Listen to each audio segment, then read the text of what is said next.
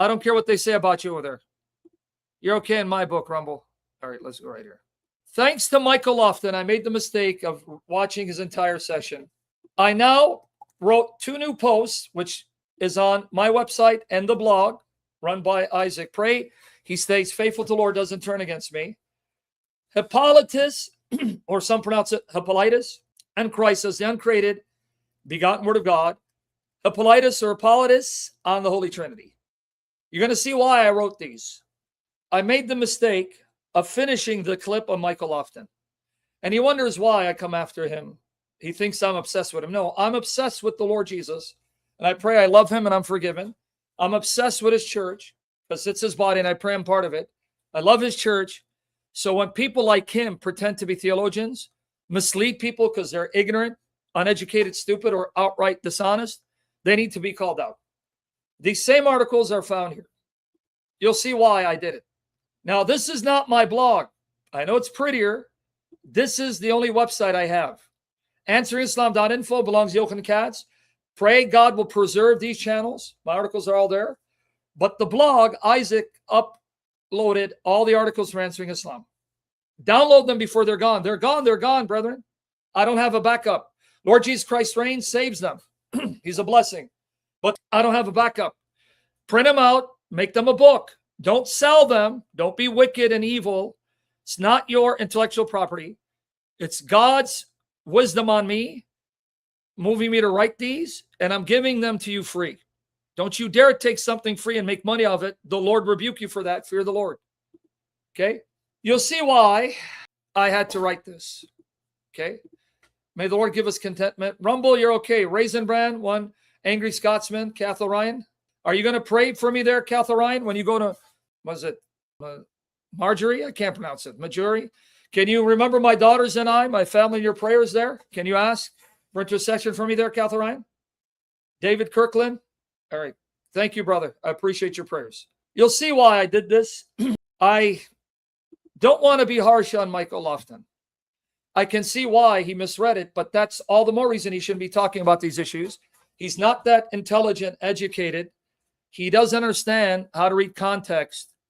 So I'm not blaming him because Hippolytus, what he says can be misunderstood, but that's all the more reason why he should shut up and not do a course on Trinity, right, from the Bible to Nicaea, because he doesn't understand these issues and he's going to mislead people. Thank you, Lord Jesus Christ reigns, for posting. But let me bless you with some good stuff. Mike Lacona, let me tell you 2 people. Do you want to learn about the canon and what inspiration is? Let me make some recommendations. Okay, you ready? Class has begun. Pray for me. We're going to say the Lord's Prayer. All right, I need everyone to listen. The 2 men I recommend, well, there's more than 2. Let me give you a name of people to learn, if you want to learn about the facts, historical facts admitted by historians and New Testament scholars that establish the resurrection. Eat up Gary Habermas's material. Go to his channel. Watch what he says about the historical facts historians and New Testament scholars acknowledge that point to the resurrection. Our Lord is alive. He's not dead. Eat up what he has to say. Get his books. Eat up Mike Lacona, his stuff. Go to his channel. Eat up all he has to say about, right, gospel authorship, evidence for the resurrection, and also on the issue of inerrancy. Mike Lacona's views on inerrancy are, in my estimation, the only way to deal honestly with the way God inspired the biblical authors. You must define inspiration and what it means for the Bible to be inerrant according to the way God inspired the books of the Bible. You don't come up with your own definition and then force the Bible to agree with it. You must derive your definition of what it means for the Bible inspired and perfectly designed by looking at the way God inspired the authors. You derive your understanding from the way the Bible is written. So Michael Lacona is phenomenal, but there's another gentleman that's phenomenal. Now, they're Protestants. Remember, do not throw out the baby with the bathwater. Keep the baby, get rid of the dirty water. Chew on the meat, spit out the bones. Separate wheat from chaff. Gregory Boyd wrote Inspired Imperfections and also The Crucifixion of the Warrior God. because he struggled how to explain the Old Testament wars and commandments in light of the God revealed in Jesus. He came up with an explanation that is one of the best, but not perfect. I think he goes overboard and he goes a little bit extreme, and he is more liberal than you'd like. But if you watch his sessions on the crucifixion of the warrior God, cruciform God, cruciform inspiration, inspired imperfections, you will see the Bible is much more beautiful and amazing and mind-blowing, and it truly is the Word of God, when you let the Bible be the Bible and try to understand how the Bible is inspired by looking at the way God inspired it. And you're going to see how humble God is, how beautiful God is, that he stoops to our level. Okay? So Gregory Boyd right here, he used to be a Calvinist. Thank the Lord he's not.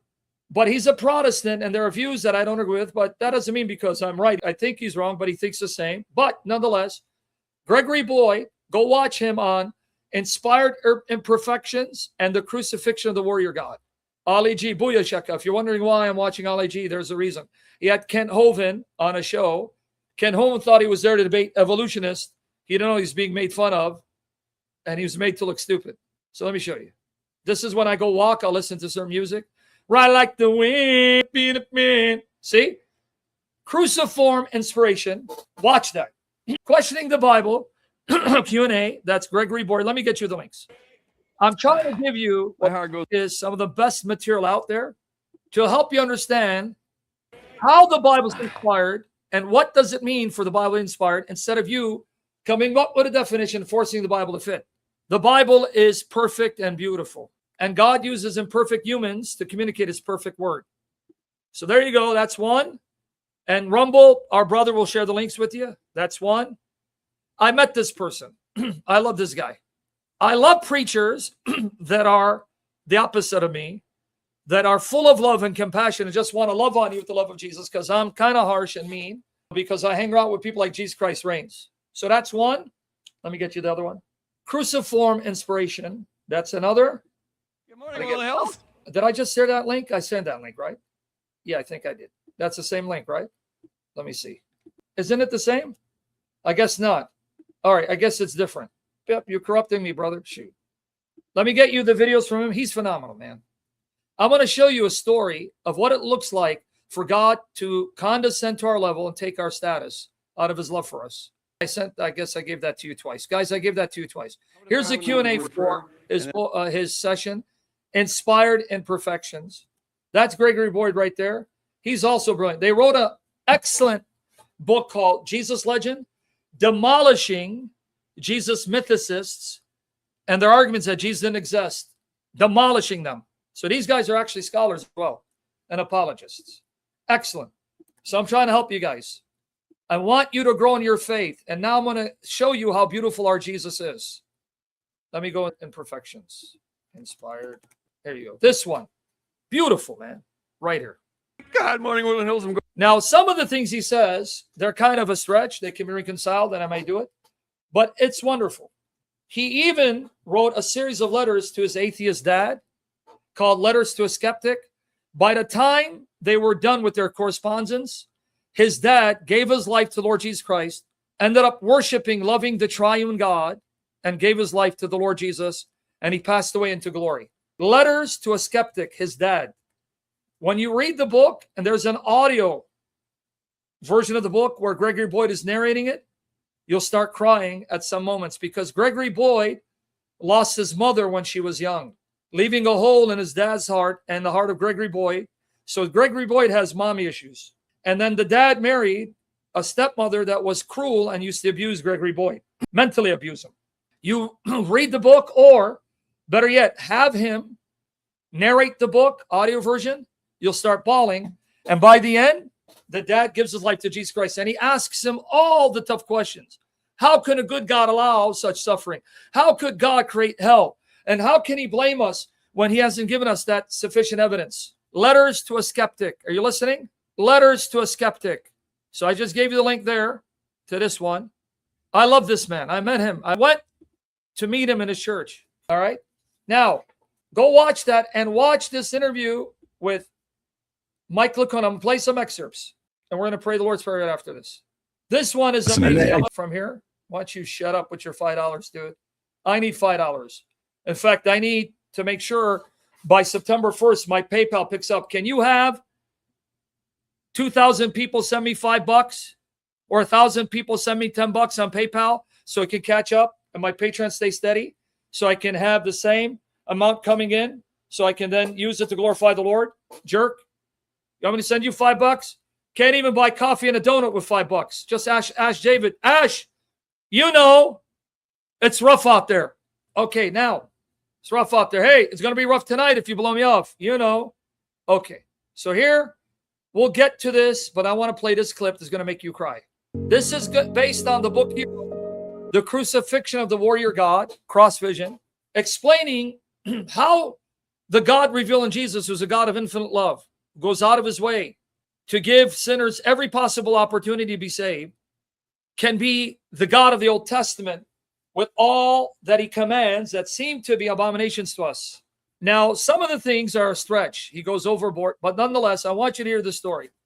Now, guys, remember, as Gary Ventura is going to put the disclaimer, copyright laws allow for fair use of excerpts. So this is for educational purposes. Get ready now. It's going to make you cry. He ends it with an example of the heart of God revealed in those who follow Jesus Christ. Ugly. But if Now, you let me know if it's loud enough and there's no echo. knew the character of the people who were doing it, if you saw what else was going on, if you knew the whole story, it becomes a beautiful story. It's revolting. Rightly concluded that if she did this, there must. And in this home, they have all this is about God accommodating us where we're at, loving us as we are, in order to keep working with us to become all that he knows we can become. Listen, And I've looked for analogies of this all over the place, and someone sent me this one, and it's just beautiful. true story. Um, Get ready, Nina. You're going to start crying like a baby. True story. Ash, you are a baby wearing oversized diapers, so get ready. Sheckelstein is not around anymore. Gregory Boyd's near-death experience. I got to watch this one. I didn't even see this. Listen to the story. It's going to make you cry. Example of the heart of God, and God is so humble, he'll stoop to your level, meet you where you're at in order to elevate you. And a real example of Christians who model the love of Jesus Christ to this young girl. Listen to this. There's a couple that works in a Christian foster home that takes in only severely abused children. And in this home, they have an incarnational philosophy where they believe that you first have to get on the inside of a child and understand why they're doing a behavior before you try to correct the behavior.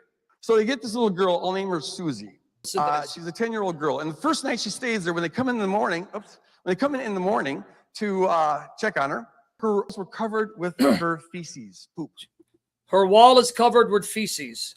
An orphanage started by Christians who love Jesus. Listen, please. This is God at work. And I suppose a lot of people there would oh, that's disgusting, that's repulsive, that's rebellious behavior, and would have disciplined her. See, these folks, they concluded that if she did this, there must be a reason for it. We don't know what it is, but she must feel the need to do this. So Listen, they made a deal with her. She could smear her poop on this one part of one wall instead of the whole room. And they said, if you need to do this, we don't understand it, but we love you and we're going to work with you. And so you can